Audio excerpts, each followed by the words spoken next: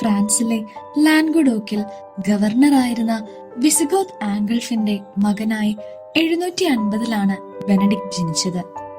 ആദ്യകാലങ്ങളിൽ വിറ്റിസ എന്നാണ് അദ്ദേഹത്തെ വിളിച്ചിരുന്നത്.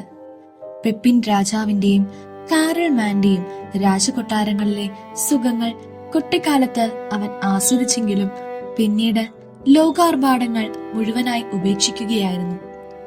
ലൊംബാർഡിയയിലെ സൈന്യത്തിൽ സേവനമനുഷ്ഠിക്കവേ 20 വയസ്സുള്ളപ്പോൾ ദൈവരാജ്യത്തിനു വേണ്ടിയുള്ള അന്വേഷണം ആരംഭിക്കുവാൻ അദ്ദേഹം ഉറച്ച തീരുമാനമെടുത്തു. 774 ഇറ്റലിയിലെ ലൊംബാർഡിയയിൽ സൈനിക നടപടികൾക്കിടെ പാവിക്ക് സമീപമുള്ള ടെസിൻ നദിയിൽ മുങ്ങിക്കൊണ്ടിരുന്ന തന്റെ സഹോദരനെ രക്ഷിക്കുവാനുള്ള ശ്രമത്തിൽ തലനാരിഴയ്ക്ക് രക്ഷപ്പെട്ട ബെനഡിക്ട് ലൗകിക ജീവിതം പിന്നീട് പൂർണ്ണമായും ഉപേക്ഷിക്കുവാൻ പ്രതിജ്ഞയെടുത്തു. തുടർന്ന് അദ്ദേഹം ഫ്രാൻസിലെ ഡിജോണിന് സമീപമുള്ള സെന്റ് സെയ്നയിലെ ഒരു ബെനഡിക്റ്റൻ സന്യാസിയായി മാറി.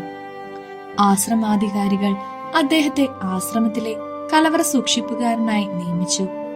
വെറും നിലത്ത് കിടന്നുറങ്ങിയും വെള്ളവും അപ്പവും മാത്രം ഭക്ഷണമാക്കിയും രാത്രി മുഴുവൻ പ്രാർത്ഥനകളിൽ മുഴുകി ഏതാണ്ട് 2.5 വർഷത്തോളം അദ്ദേഹം അവിടെ ചിലവഴിച്ചു.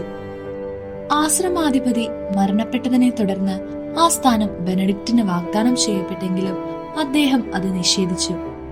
വളരെ സഹനപൂർണമായ ഒരു ജീവിതമായിരുന്നു അവർ നയിച്ചിരുന്നത്. വെറും വെള്ളവും അപ്പവും മാത്രമാണ് ഭക്ഷിച്ചിരുന്നത്.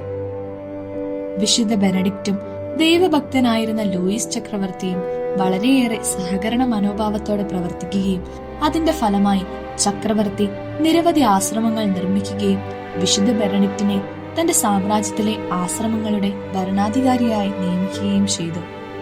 കൂടാതെ എല്ലാ ആശ്രമ പെരുമാറ്റ ചട്ടങ്ങളും ശേഖരിച്ചുകൊണ്ട് ഒരു നിയമാവലി വിശുദ്ധൻ രചിച്ചു.